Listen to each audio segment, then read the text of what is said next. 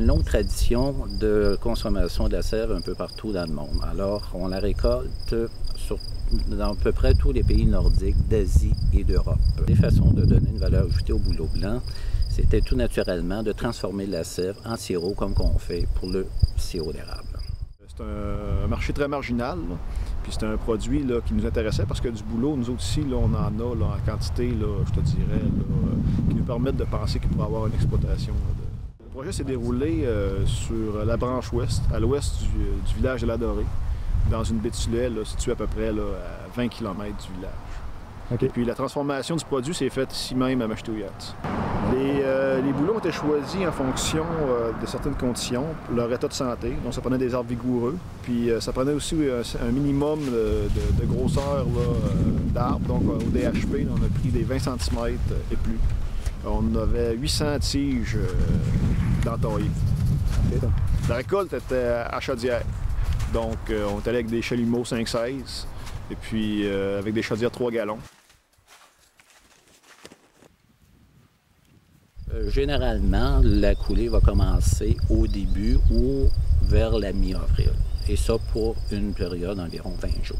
Okay. Plus le diamètre est grand, plus que le rendement en sève va être élevé. Il faut éviter les terrains avec des fortes pentes et une qualité de sol ou un sol qui est relativement mince.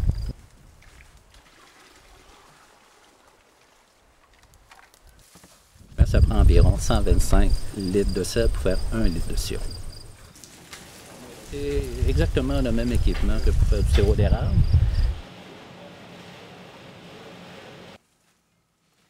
Le sirop régulier, généralement, il se vend dans des bouteilles de 250 ml et il vaut environ 20 $, mais ça peut aller chercher jusqu'à 40 $.